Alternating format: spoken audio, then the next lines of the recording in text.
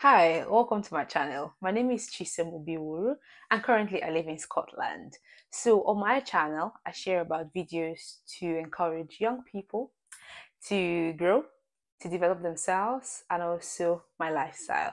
Now, today's video is actually quite special because from the theme, you would see where I said everything is learnable. Girl, everything is learnable. So if you want to know about what I want to talk about on this particular video, so please stay tuned to the end. All right, welcome back. So first things first, I know perhaps like myself, I used to struggle a lot with time, with managing my time.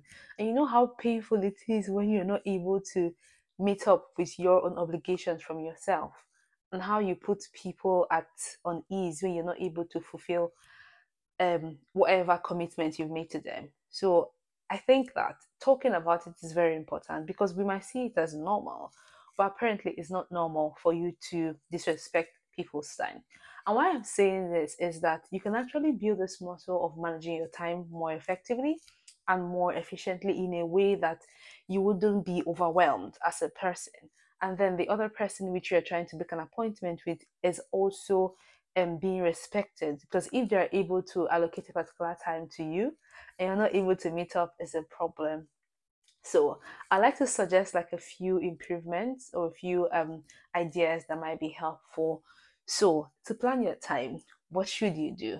So let me know in the comment section if you are someone that like this, like a master planner. Let me know what you do.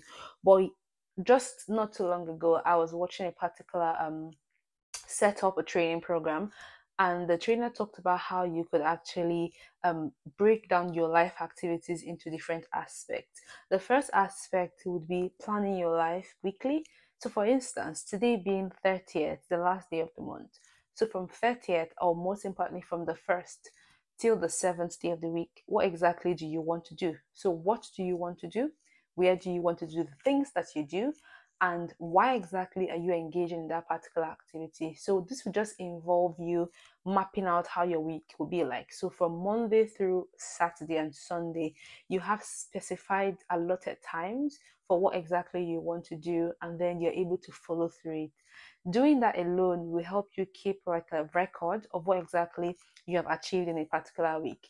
But one thing you have to do is that you need to be very consistent with your planning times. There was one time that I did hear a lady, she talked about how she doesn't feel sorry for people that are not able to plan their lives. Meaning that for the particular week, you need to be very specific with what you want to achieve. Don't get me wrong, it's not just going to happen all of a sudden, but just like you, when you're trying to build a muscle, it takes time to actually improve on that particular muscle or whatever plan you intend to do. So the next point is planning your life monthly. I'm going to actually show you a particular calendar that I bought not so long ago. So this is what it looks like. So I bought this calendar around, I think, the second or rather third week of April. So you will see that mostly it's quite not filled. So I plan to carry on with actually imputing whatever I intend to do for the month. So the second tip would be that plan your life monthly. So in the month of May, what exactly do I want to do? So for instance, if I plan to film for content to put out there, like content videos, I would schedule it across every area and every date. For instance, where do I want to film? What do I want to film? And what date in particular do I intend to make that particular video. Now this is what it looks like. So it gives you like a visual representation of what you want to do, especially for people that are visual learners. Some people are actually more of audio learners, and why some they actually have to see it written down. So it all depends on the way that's best for you. Like I said, it's not just going to happen all of a sudden. It's going to take time. Now, the third type of planning that you can actually consider is with quarterly planning. And just like we know that a quarter is just 3 months. So January, February, March is gone. We can't do anything about it. Now it's April, May, and June. So April, this is the last day of April. We have May and we have June. So what exactly would success mean for you? What exactly would just be more feminine look for you?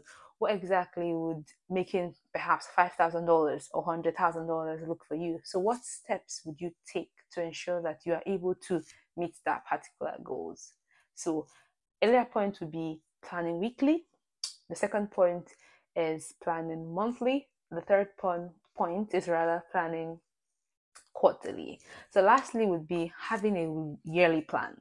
So for instance, you can either decide to have like um this particular year 2024, what theme do you want to work on? Do you want to make more money? Do you want to be more kind? Do you want to volunteer more?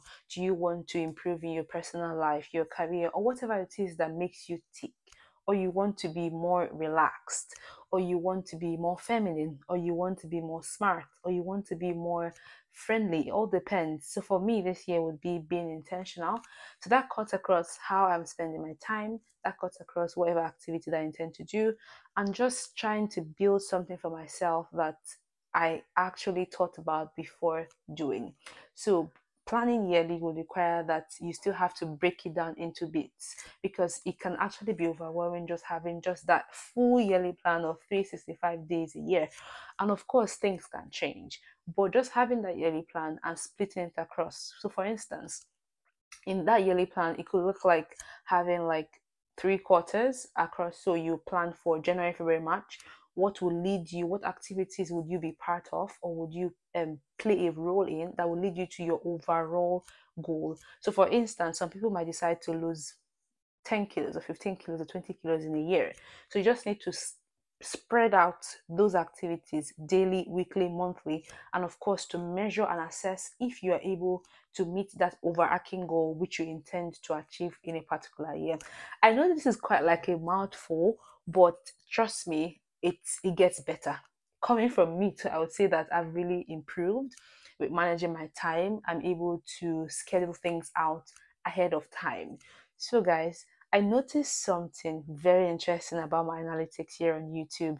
I've seen that almost more than 90% of people that watch me have not subscribed to my YouTube channel.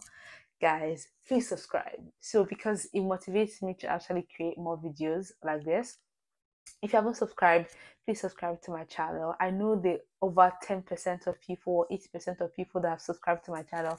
I'm so grateful. I promise to be more consistent and to share content that you'll enjoy, that would inspire you to actually toot your horn or inspire you to actually get better. So thank you so much for watching my content today. I'll just do a wrap to see that I talked about planning weekly, planning monthly, planning quarterly, and then planning yearly. Thank you so much for watching. Do enjoy the rest of your day. And of course, as you're approaching to May, just stay focused, be happy, be more cheerful, and spread love.